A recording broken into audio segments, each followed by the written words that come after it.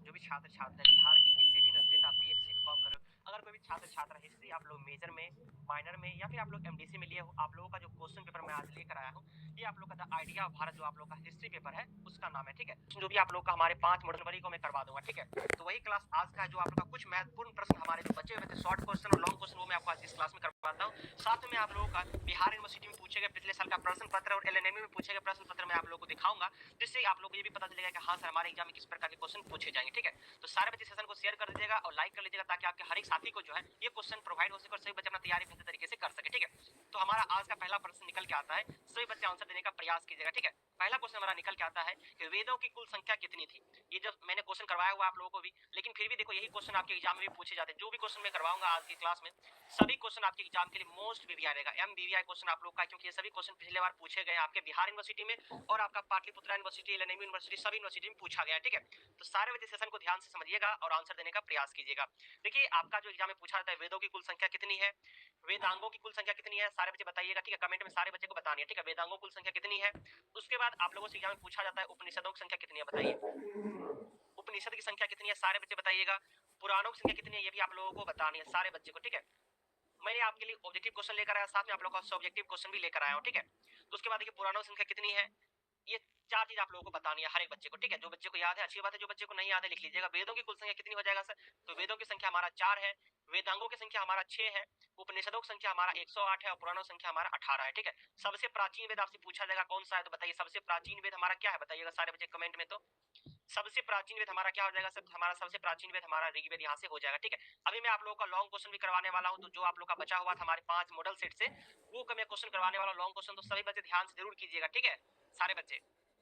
अब देखिए हमारा अगला क्वेश्चन क्या निकल के आता है कि सर जादू टोना की जानकारी हम लोगों को किस वेद से मिलती है, बताइए जादू टोना की जानकारी हम लोगों का ये किस वेद से हम लोगों को मिलती है, from which Veda is information about which craft available, यानी कि जादू टोना की जानकारी हम लोगों को किस वेद से मिलती है, ऋग्वेद से, सामवेद से, यजुर्वेद से या फिर अथर्ववेद से, सारे बच्चे बताइए फटाफट से। ठीक है, एक बार सारे इसी बात पे लाइक ठोक दीजिएगा सबसे पहले सेशन को। ठीक है, अब देखिए सर हमारा जो ऋग्वेद में जो आप लोग का है इसमें सर क्या हमारा ऋग्वेद में ऋचाएं है, कर्म कांड है आप लोगों का। ठीक है, उसके बाद देखिए सामवेद में आप लोग का संगीत से संबंधित है, यजुर्वेद में आप लोग का जो है क्या चीज आप बताइए, यजुर्वेद में सारा चिकित्सा हो गया, अथर्ववेद में आप लोग का जो है इसका क्या हो जाएगा बताइए, अथर्ववेद में आप लोग का जादू टोना हो गया, ये सभी संबंधी आप लोग का इसमें दिया गया है। इसमें आप लोग का यजुर्वेद में यज्ञ संबंधी कर्म कांड आप लोगों का दिया गया। ठीक है, यज्ञ संबंधी आप लोग का जितना भी चीज है इसमें वर्णन किया गया है। ठीक है, आपसे पूछा जाता है ऋग्वेद में कुल कितने मंडल है, बताइएगा सारे बच्चे, किसी को याद है क्या ऋग्वेद में मंडल संख्या कितनी है, और बताइए इसमें आप लोग का जो है कितने सूक्त है, इसमें आप लोग का 10 मंडल हो जाएगा, 10 से 28 आप लोग का सूक्त इसमें हो जाएगा। ठीक है, उसके बाद देखिए हमारा अगला क्वेश्चन क्या निकल कर आता है, कहते हैं पुराणों की संख्या कितनी है, बताइए अभी जस्ट मैंने आपको बताया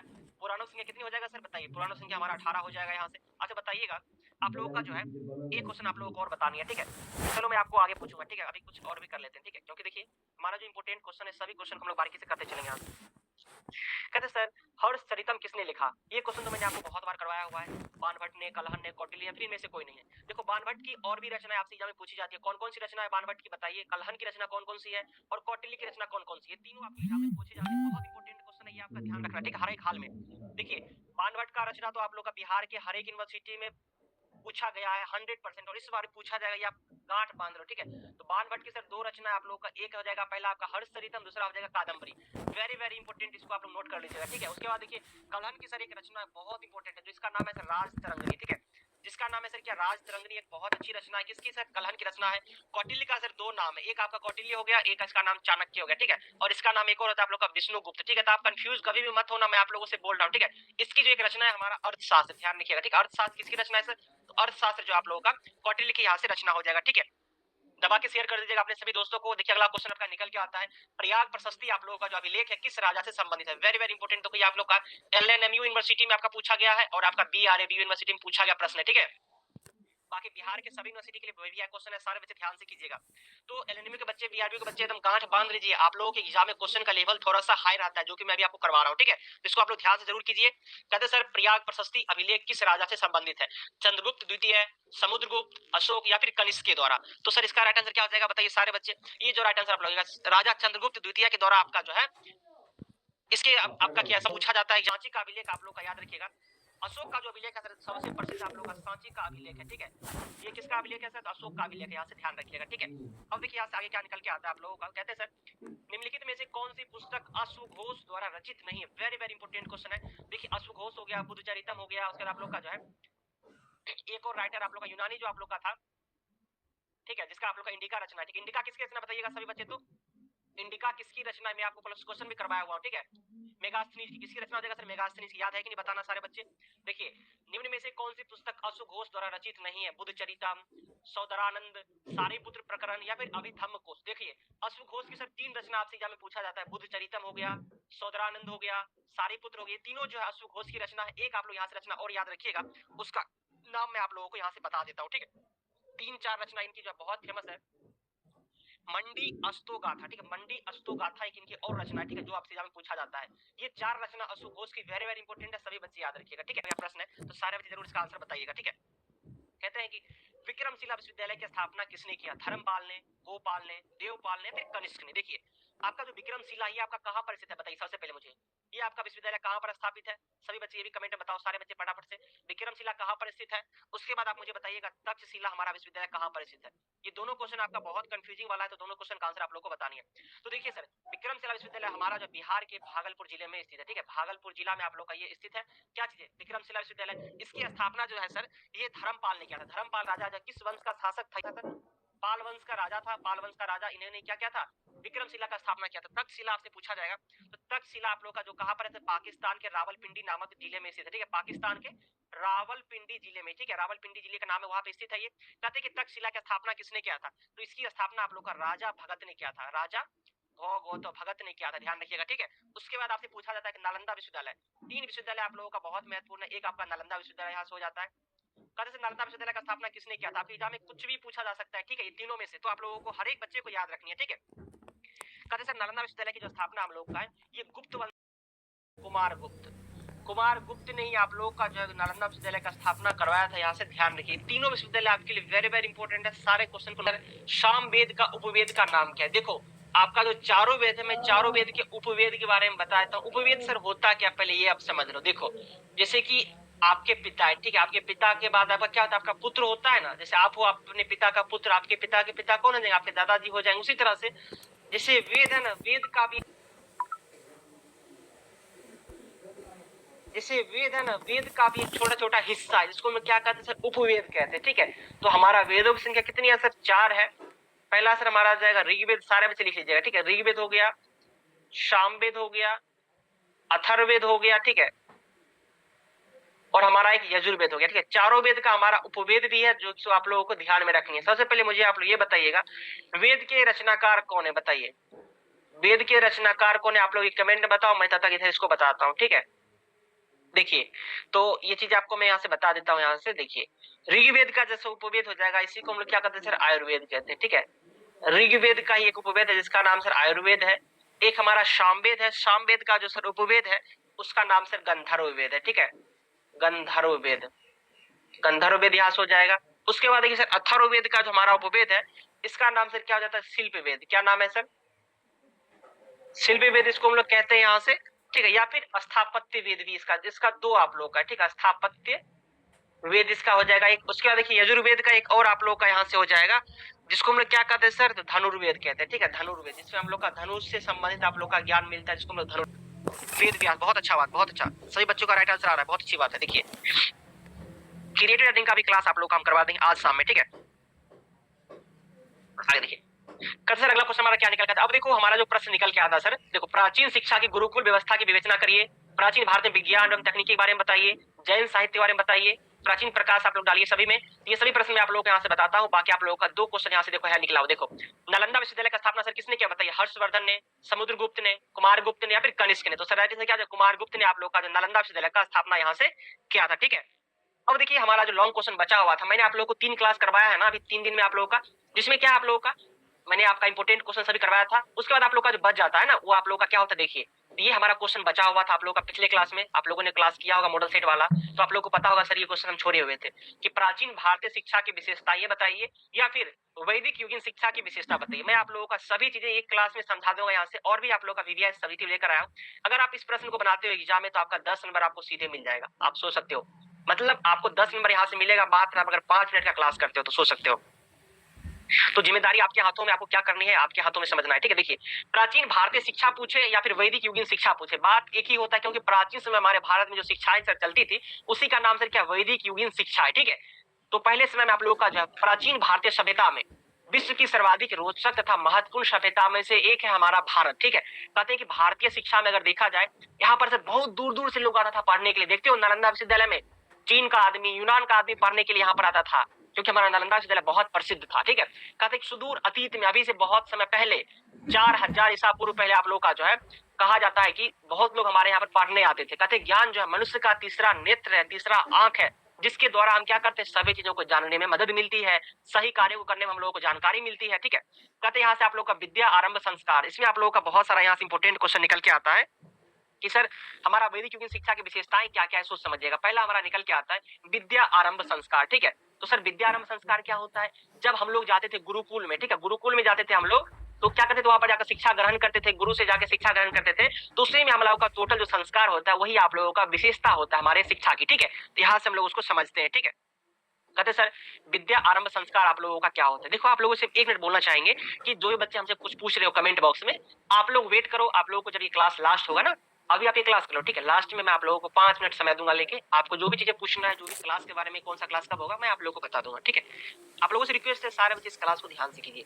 हमारे प्राचीन भारतीय शिक्षा की सर विशेषता था, सबसे पहला हमारा विद्या आरंभ संस्कार, यानी कि सर जब हम विद्या का आरंभ करते थे, जब हम पढ़ना शुरू करते थे, कहते हैं विद्या आरंभ करने के समय यह संस्कार होता था तथा इसके लिए अक्षर स्वीकरण, यानी कि अक्षरों को स्वीकार करने का शब्द प्रयोग मिलता था।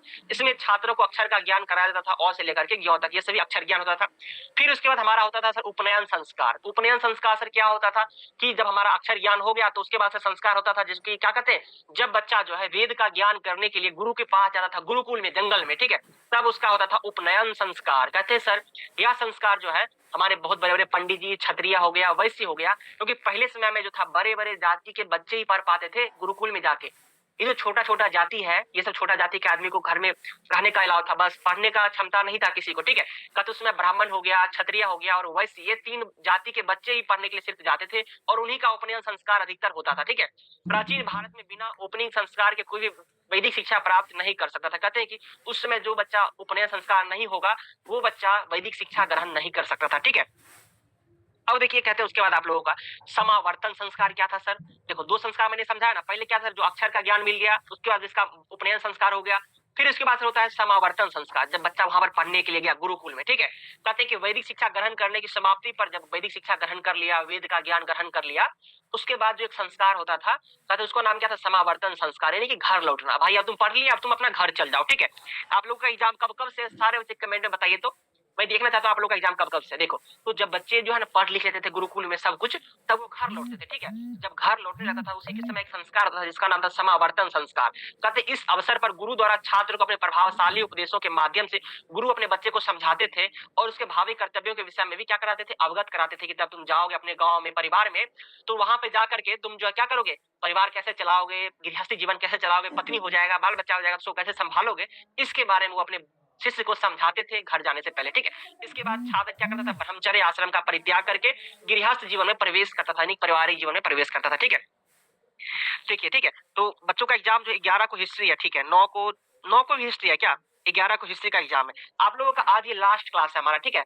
इसके बाद आप लोग का कोई भी क्लास हिस्ट्री का नहीं आएगा, आएगा तो मुश्किल से 2 से 3 क्लास आप लोगों का आएगा, ठीक है। जब आप लोगों का हिस्ट्री का क्लास होगा, जैसे कि आप लोग का हिस्ट्री का एग्जाम 9 तारीख को है ना, तो 8 तारीख को एक महा मैराथन क्लास आएगा, जिसमें मैं सभी क्वेश्चन जितना भी मैंने 5 मॉडल सेट में करवाया हुआ है, सभी क्वेश्चन वहां पे आप लोगों को मैं रिवाइज करवा दूंगा, ठीक है। ताकि क्या होगा कि आप लोग जितना पढ़े हो हमारे क्लास सभी कुछ आप लोगों को एक क्लास में रिमाइंड करवा दूंगा, 4-5 घंटा का क्लास लेके, एक दिन पहले आपसे एग्जाम से पहले, ठीक है। तो उसमें क्या होगा कि जो बच्चे हमारे मॉडल सेट से तैयारी किए हुए हैं उसको याद हो जाएगा, बाकी जो बच्चे अभी तक मॉडल सेट नहीं तैयारी किए हो जाके पढ़ लीजिएगा इस क्लास के बाद, ठीक है। तो समावर्तन संस्कार यहाँ से हो गया सर। सर उसके बाद देखिए सर क्या होता है, गुरुकुल प्रणाली।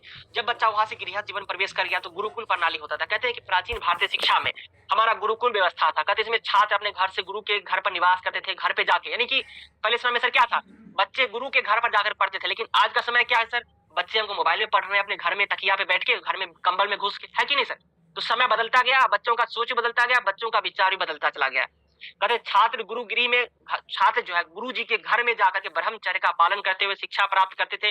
गुरुकुल में सभी बच्चा ईमानदारी से रहता था और उसको गुरुकुल में क्या करते थे, उसको कुलवासी कहा जाता था। ठीक है, कहते हैं कि चंद्रगुप्त मौर्य हो गया, तक्षशिला से जो आचार्य चाणक्य हो गया, ये सभी लोग जो गुरुकुल में जाकर के शिक्षा ग्रहण किए थे। ठीक है, कहते हैं विष्णु पुराण से हम लोगों को प्राप्त होता है कि कृष्ण हो गया, बलराम हो गया, कृष्ण जी हो गए, बलराम हो गए, ये लोग भी जो है संदी बनी मुनि के आश्रम में जाकर के वहां से अध्ययन किए थे गुरुकुल में। ठीक है, तो समझे यहाँ से आप लोग। इसी इंग्लिश पेपर का मॉडल सेट मैंने करवा रखा है मेरे भाई, आप लोग देख लो क्लास में। ठीक है, देखिए बउआ, आप लोगों से रिक्वेस्ट करेंगे जितना हो सके इस क्लास को, जितना आपसे क्षमता है आपके पास, शेयर कर दीजिएगा सभी दोस्तों को, ताकि हर एक बच्चे को बेनिफिट हो सके बिल्कुल फ्री में। ठीक है, क्योंकि गैस पेपर खरीदिएगा उसमें समझ में नहीं आएगा। ठीक है, और वो क्वेश्चन भी नहीं आएगा एग्जाम में।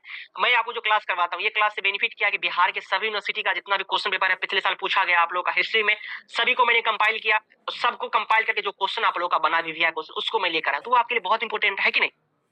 कहते सर पाठ्यक्रम, कहते वैदिक कालीन शिक्षा का मुख्य पाठ्यक्रम सर क्या था, वैदिक साहित्य का अध्ययन करना। यानी कि सर पहले जो लोग पढ़ने जाते थे ना गुरु जी के पास, वहां पर लोग वेद का ज्ञान मिलता था। ठीक है, मतलब वेद, चारों वेद का, ऋग्वेद, सामवेद, यजुर्वेद और अजुर्वेद का। ठीक है, छंद शास्त्र का ज्ञान, वैदिक व्याकरण का ज्ञान, ब्रह्म विद्या का ज्ञान, भूत विद्या का ज्ञान, ये सभी का ज्ञान उस समय पे मिलता था। खगोल विद्या, दुनिया की कैसे चलती है, दुनिया कैसे घूमती है, दुनिया में कौन कौन सा ग्रह है, ये सब चीज का ज्ञान मिलता था पहले गुरुकुल में। ठीक है, और सर शिक्षण की विधि कैसी थी, तो उस समय सर लिखने का कोई व्यवस्था नहीं था, बस मौखिक था। यानी कि मौखिक, सुबह में बैठ गया सब बच्चा गुरुजी के सामने में, और उसको क्या करते थे, गुरुजी मंत्र याद करवाते थे, कंठस्थ करवाते थे। ठीक है, और उस समय का जो भाषा था सर हमारा क्या था, संस्कृत भाषा था। ठीक है, जब छात्र सब संस्कृत में कंठस्थ करता था श्लोक को, तब उसको जोर जोर से उच्चारण करने के लिए बोला जाता था, क्योंकि बच्चा अगर जोर से पढ़ता है तो उसको याद हो जाता है आराम से, और वही सब याद करके फिर अपना घर क्या करता था, लौट जाता था, और उसी चीजों को वो लोग प्रैक्टिस करते रहता था। ठीक है, कहते हैं सर अध्ययन की विधि, अध्ययन की विधि सर क्या होती है सोच समझिए। कहते हैं प्राचीन काल में शिक्षा की जो सर अवधि थी 24 वर्ष तक होता था, मतलब 24 साल तक आदमी अध्ययन करता था कम से कम। ठीक है, उसके बाद कहते हैं छात्रों को एक वेद का अध्ययन करने के लिए उसको कम से कम 12 वर्ष तक लगता था समय। सोचो, एक वेद का अध्ययन करने में 12 वर्ष लगेगा, तो 4 वेद का अध्ययन करने में 12 दूनी 24 दूनी 36 दूनी 48, 48 वर्ष तक आदमी पढ़ते रहता था। सोचो, जो आदमी 12 वर्ष तक पढ़ता था उसको कहता था स्नातक, जो 24 साल तक पढ़ता था उसका नाम पड़ता था बसु, और जो 36 साल तक पढ़ता था उसको कहते थे रुद्र, और जो 48 साल तक पढ़ता था उसको कहते थे आदित्य। सोचो, तो 25 वर्ष में शिक्षा को क्या करता था, गृहस्थ आश्रम में प्रवेश कर देता था, यानी कि बाल बच्चा हो गया, शादी विवाह कर देता था लोगों को 25 साल में। ठीक है, उसके बाद देखिए शिक्षा का जो सर समय होता था, अभी ना आप देखते हो ऑनलाइन पढ़ रहे थे, लेकिन सर पहले समय में जो था शिक्षा का समय कुछ ज्ञात नहीं होता था। कहा जाता है कि प्रातः काल में सुबह में पढ़ लिया जाता था, फिर भोजन कर लो, विश्राम कर लो, और फिर शाम के समय में पढ़ाई किया जाता था गुरु जी के सामने। ठीक है, ये आप लोगों का था। ठीक है, उसके बाद कहते हैं सर कि कक्षा नामी थी। कहते इस पद्धति में जो है, जो आदमी बुद्धिमान छात्र होता था वो अपने छोटे छोटे छात्र को क्या करता था, खुद से पढ़ाता था गुरुजी के नहीं रहने पर। ठीक है, ये सभी आप लोग का व्यवस्था था। तो ये है सर हमारे प्राचीन भारतीय शिक्षा की विशेषताएं। टोटल मैंने 10 विशेषता बताया, 10 विशेषता लिखिएगा, आपको 10 नंबर आपके एग्जाम में मिल जाएगा। ठीक है, आपसे एग्जाम पूछा जाएगा वैदिक युगीन शिक्षा की विशेषता बताइए, तब भी आप लोगों को यही आंसर लिखनी है। ठीक है, उसके बाद देखिए आपका क्या निकल आता है, अगला क्वेश्चन हमारा कि प्राचीन भारतीय शिक्षा जो सर है उसका सर उद्देश्य क्या था बताइए। ये भी आपके एग्जाम में 10 नंबर में पूछा जाता है। ठीक है, एक क्वेश्चन मैं आप लोगों को और बताता हूँ यहाँ से, भारतीय शिक्षा जब इतना अच्छा था तो सर ये बंद कैसे हो गया, इसमें सर क्या दोष था, इसमें क्या कमियां था, ये बात मैंने आप लोगों का मॉडल सेट 4 में करवा दिया था। ठीक है, मॉडल सेट 4 में मैंने आपको करवाया था कि प्राचीन भारतीय शिक्षा का दोष। तो ये 3 प्रश्न आपके एग्जाम के लिए बहुत इंपॉर्टेंट है कि प्राचीन भारतीय शिक्षा के उद्देश्य बताइए, उसका दोष बताइए और इसकी विशेषता बताइए। ठीक है, तीनों चीज आपसे एग्जाम पूछा जाता है, यहाँ से ध्यान रखिएगा। तो चलिए मैं आपको अगला प्रश्न यहाँ से करवाता हूँ। ठीक है, अभी तक जो बच्चे लाइक नहीं किए हो मेरे दुश्मनों, थोड़ा सा लाइक कर लीजिएगा मेरे भाई बहन। ठीक हो, दुश्मन नहीं हो आप लोग, मेरे भाई बहन हो, क्योंकि आप लोगों के लिए मैं बिल्कुल बिल्कुल फ्री में करवाता हूं, तो कहीं ना कहीं मैं आप लोगों के लिए अच्छा सोच रहा हूँ। ठीक है, उसके बाद देखिए कहते प्राचीन भारतीय शिक्षा का उद्देश्य क्या था सर।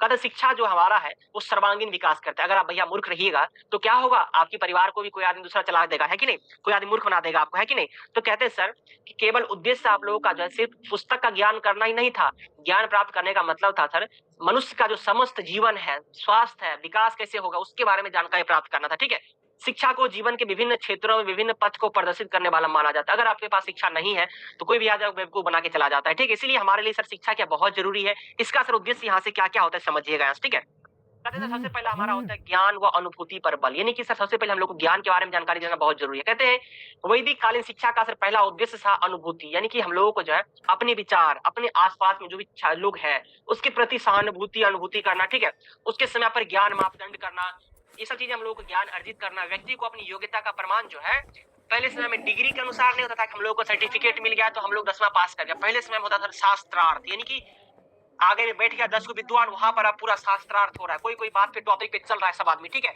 वहां पर देखिएगा कि जो आदमी जीत गया वही आदमी बहुत अच्छा विद्वान है, ठीक है। कहते हैं कि छांदोग्य उपनिषद में हमें लोगों को देखने को मिलता है कि श्वेत केतु और कमलायन के उदाहरण मिलते हैं वहां से, जिनका 12 वर्ष अध्ययन के बाद भी उन लोगों को शिक्षा का अधिकार नहीं माना, क्योंकि वो लोग शास्त्रार्थ में अव्वल स्थान नहीं प्राप्त किया। तो भी सोच सकते हो पहले डिग्री लोगों को नहीं मिल करेगा, जो आदमी असली में अच्छे से बोल पाएगा वही आदमी को समझेंगे ज्ञान की प्राप्ति हुई है, ठीक है।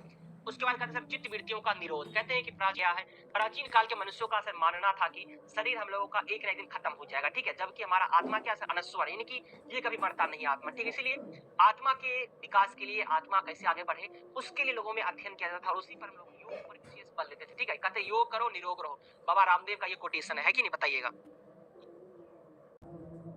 उसके बाद कहते सर चरित्र का निर्माण, और सर हमारा उद्देश्य एक बहुत बड़ा था चरित्र का निर्माण करना, यानी कि हमारा जो अच्छा चरित्र होता है, अच्छा जो हमारा गुण होता है, कहते हैं भारतीय शास्त्रों में बहुत अधिक महत्व दिया गया चरित्र निर्माण का, इसलिए शिक्षा का प्रमुख उद्देश्य छात्रों के लिए चरित्र का निर्माण करना भी था। कहते हैं कि मनुस्मृति में वर्णित है सभी वेदों के जो ज्ञाता था विद्वान भी सचिव चरित्रता के अभाव में श्रेष्ठ नहीं हुए। देखिए कहते हैं कि श्रेष्ठ वही होगा जिसके पास सभी वेदों का ज्ञान होगा और जिसका सर चरित्र अच्छा होगा वही आदमी श्रेष्ठ होगा। यूं नहीं कि मतलब कोई आदमी वेद का ज्ञान ले लिया और उसका चरित्र अच्छा नहीं है तो फिर श्रेष्ठ आदमी नहीं कहलाएगा। कहते हैं किंतु केवल गायत्री मंत्र का ज्ञाता भी पंडित हो सकता है यदि उसका चरित्र अच्छा है तो, ठीक है। कहते हैं कि जरूरी नहीं है कि अगर कोई आदमी चारों वेदों का ज्ञान नहीं भी लिया फिर भी अगर उसको गायत्री मंत्र भी याद है तब भी वो पंडित कहलाएगा अगर उसका चरित्र अच्छा है तो सर चरित्र पर यहाँ पर बहुत अच्छा बल दिया गया, अगर इसका चरित्र अच्छा है तो वही आदमी सबसे श्रेष्ठ हमारे समाज में कहलाता है, ठीक है।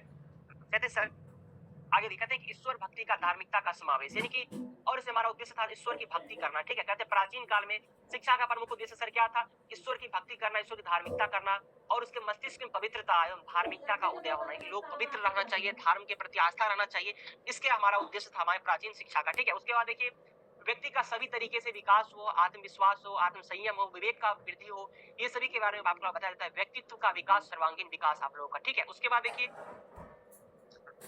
कहते हैं आपका अगला पॉइंट क्या निकलता है, नागरिक का सामाजिक कर्तव्यों का पालन। जो आदमी शिक्षा ग्रहण करने जाएगा उसके अंदर जो समाज को कैसे चलाया जाए, समाज में कैसे रहा जाए, लोगों को किस तरह से व्यवहार करना चाहिए, पिता का पुत्र के साथ कैसा व्यवहार होना चाहिए, पुत्र का पिता के साथ कैसा व्यवहार होना चाहिए, पिता का पति के साथ मतलब पति के साथ किसी का कैसा व्यवहार होना चाहिए, ये सभी बातों का भी वहाँ पर अध्ययन कराया जाता था, ठीक है। और संस्कृति, हमारा जो प्राचीन संस्कृति है, प्राचीन धरोहर है, उन चीजों का कैसे सम्मान करना चाहिए, उन चीजों के बारे में वहाँ पर बताया जाता था, ठीक है।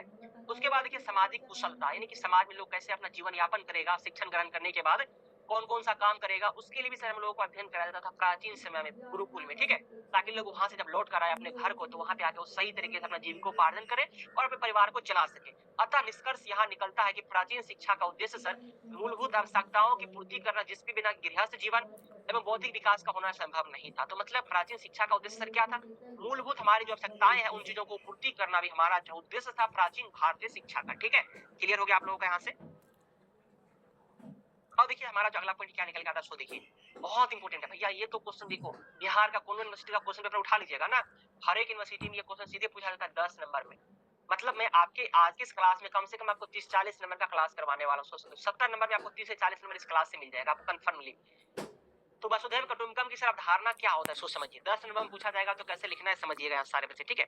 कहते सर वसुधैव कुटुंबकम का मतलब क्या होता है, यानी कि सर पूरा दुनिया जो है हमारा परिवार है। कहते वर्तमान में हम जिस आधुनिकीकरण के दौर में जी रहे हैं अपने आसपास के लोगों से भी मतलब नहीं रखते, हम लोग रहते हैं शहर में, बगल वाला फ्लैट में कौन आदमी रहता है उससे हमको कोई मतलब नहीं रहता, लेकिन प्राचीन समय में कहा जाता है कि आधुनिक समाज में हमने निरंतर प्रगति कर अपने चरण स्पर्श तो किए, किंतु आप लोगों का भय हो गया, असुरक्षा हो गया, अन्याय हो गया, चोरी हो गया, भुखमरी हो गया, गरीबी हो गया, अत्याचार, ये सभी चीजों को परेशानियों को भी हम लोगों ने जन्म दिया है। आज इस समय में आदमी आधुनिकीकरण में चला गया है, नया नया टेक्नोलॉजी में चला गया, लेकिन इन सभी चीजों परेशानियों को भी वो जन्म दिया है। भय हो गया, असुरक्षा, चोरी, भुखमरी, सब चीजों को जन्म दिया है। कहते हैं आधुनिक समाज में जहाँ परेशानियां भी बढ़ी है, वहीं दूसरी ओर हम लोग प्रगति में भी बहुत आगे बढ़े हैं और लोगों को एक दूसरे से ईर्ष्या भी बहुत ज्यादा होने लगा है। कहते हैं रिश्ता का मूल्य भी खत्म हो गया। आज के समय में आदमी रिश्ता का कोई महत्व भी नहीं समझता है। प्राचीन समय में था, हमारे दादाजी के दादाजी के दादाजी के कोई भाई भी आता था तो हम लोग अच्छा से उसका सत्कार करते थे, आदर करते थे। अब देखिएगा आज के समय में अगर कोई आपके दादाजी का कोई अगर आपके घर पे आ जाता है तो आप उसका कदर नहीं करते हो, बहुत कम कदर करते हो, है कि नहीं? अपने भाई के, अपने बहन की तुलना में आप उसका कदर बहुत कम करते हो। लेकिन पहले समय ऐसा नहीं था। कहते पूरे विश्व को अपने परिवार की नजर से देखना तो दूर की बात है, लोग लोभ के कारण अपने ही परिवार का क्या करते हैं, अहित कर देते हैं, अपने परिवार को ही मार देते हैं। कहते लोगों में नैतिकता और संवेदना जैसी भावनाएं खत्म हो गई है। लोग अब सिर्फ अपने फायदे के बारे में सोचते हैं, भले उसमें किसी का जान भी चले जाए उससे उसको कोई मतलब भी नहीं है कि नहीं? बताइए क्या बात है बेटा विवेक, इंस्टाग्राम आईडी दे रहे हो क्या? और हम लोगों को एहसास होना चाहिए हमारा जितना भी चैट में क्लास हो रहा है, सभी बच्चे भाई बहन साथ हमेशा हितैषी बन के रहें, दूसरे का सहयोग करें। जब जब भी आम जनता एक साथ होगा तभी हमारे देश का क्या होगा, फिर विकास होगा। ठीक है, कहते हैं सर इस तरह से हमारे देश को विकास करने में सभी लोगों की भूमिका होनी चाहिए। अगर आज हम सभी बच्चे एक साथ हो जाए तो मजा कोई आज हमसे आगे बढ़ जाएगा, कभी आगे नहीं बढ़ेगा। आज देखो आपका बीपीएससी को लेके हम लोगों को, अगर आज हम लोग एक साथ होते सभी बच्चे पूरे बिहार का, तो मजा है कोई सरकार हमारी बात से। आप क्या समझते हो? वेरी वेरी इंपॉर्टेंट क्वेश्चन हमारा निकल के आता है, प्रकृति चिकित्सा से आप क्या समझते हो? ठीक है, अब देखिए प्रकृति चिकित्सा समझाने से पहले मैं आप लोगों को कुछ और चीज यहाँ से बताना चाहूंगा। देखो मौर्यकालीन अर्थव्यवस्था सर बहुत इंपॉर्टेंट है। मैंने आपको दिखाया था ना एलएनएमयू यूनिवर्सिटी में, ठीक है, बीआरबीयू यूनिवर्सिटी में, पाटलिपुत्रा यूनिवर्सिटी, मुंगेर यूनिवर्सिटी में और टीएमबीयू यूनिवर्सिटी में पूछा या प्रश्न पत्र है पिछले साल 10 नंबर में, ठीक है, कि मौर्यकालीन अर्थव्यवस्था का वर्णन कीजिए। तो पहले ये क्वेश्चन करवाते हैं, फिर हम चिकित्सा वाला क्वेश्चन करवाएंगे। ठीक है, समझिएगा यहाँ से।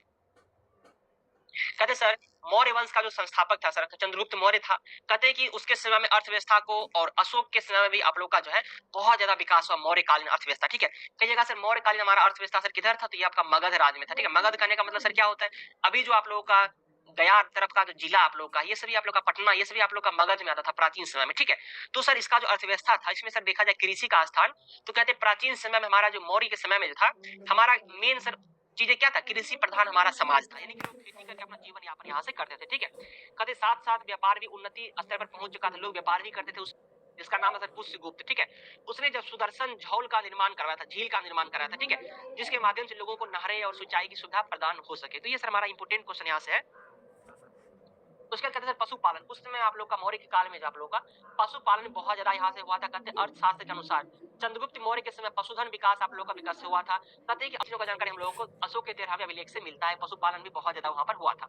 उसके बाद देखिए व्यापार की बातें अगर देखा जाए तो व्यापार आप लोग का सबसे ज्यादा देखिएगा तो पहले समय जो हमारा नदी के किनारे जो हमारा राज्य होता था, नदी के किनारे का जो जगह होता था सर, वहां पर व्यापार बहुत अधिक होता था, क्योंकि पहले समय में जो सर व्यापार होता था उसका सर मार्ग क्या था, जल मार्ग था। ठीक है, यानी कि जल के मार्ग से आप लोग व्यापार करते थे, एक जगह दूसरी जगह जाते थे पहले समय में। ठीक है, तो उसका भी हम लोग को देखने को मिलता है, बहुत ज्यादा मौर्य कालीन व्यवसाय उन्नति हुआ था। उसके बाद उद्योग धंधा भी आप लोग का बहुत ज्यादा हुआ था, जैसे देखो चम्र उद्योग हो गया, बढ़ईगिरी हो गया, धातु कार्य हो गया, ये सभी आप लोग का जो है बहुत इंपोर्टेंट रहा था मौर्य काल में। ठीक है, कहिएगा सर ये क्वेश्चन इंपोर्टेंट है, मुझे कैसे पता चलेगा बताइए? देखो ये क्वेश्चन पेपर आप लोग का पिछले साल का है, इसे मैं आपको दिखाता हूँ यहाँ से। देखो देखो बुआ, हमारा विश्वास है ना कि मतलब बच्चे को विश्वास होना चाहिए, समझे? अगर आपको विश्वास नहीं होगा तो फिर पढ़ के क्या फायदा, है कि नहीं? तो मैं आपको विश्वास के लिए दिखा दूंगा। ठीक है, क्योंकि देखो हम जो है बहुत छोटे विचार के आदमी, ठीक है, हम चाहते हैं बच्चों को विश्वास हो जाए। उपनिषद क्या होता है ये सब मैंने आप लोगों का मॉडल सेट में करवा रखा है, मॉडल सेट 1 2 3 में। बहुत दर्शन मैंने पढ़ा रखा है आप लोगों को। ठीक है, मैंने आप लोगों को जो नहीं पढ़ा रखा था वो आप लोग क्या था, देखिए गुप्तोचर काल हो गया, उसके बाद देखिए भारतवर्ष का अवधारणा हो गया, साहित्यिक स्रोत, ये सब मैं आपको पढ़ाई रखा हूँ। उसके बाद देखिए प्राचीन भारतीय शिक्षा की विशेषता बताइए, देखिए क्वेश्चन में आपको भी करवा दिया। ठीक है, वसुदेव कुटुंबकम का अवधारणा बताइए, ये भी मैंने आपको क्लास में जस्ट करवा दिया है, करवा दिया कि नहीं बताइए? उसके बाद देखिए मौर्य युगीन जीवन विवेचना, ये भी मैं आपको क्लास में भी करवा दिया। ठीक है, ये सभी प्रश्न आप लोग का जो लॉन्ग क्वेश्चन यहाँ से देख लो, देख रहे हो यहाँ से दीर्घ उत्तरीय प्रश्न, ये आप लोग का 30 नंबर आप लोग का यहाँ से आ जाएगा, सोच लो, आप समझ सकते हो ना?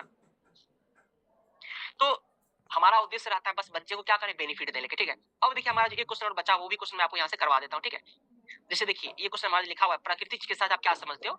देखो वो प्राकृतिक चिकित्सा का मतलब आप समझिएगा क्या होता है, सो देखिएगा। प्रकृति मतलब हमारा जो प्रकृति में जो भी चीजें उपलब्ध है, यानी कि एक प्रकार से आयुर्वेदिक ही था। पहले समय में जो हम लोग को जंगलों से जो भी औषधि मिलता था उसी ये जो हमारा डिफेंस बेगूसराय यूट्यूब चैनल है, ठीक है, रहेगा।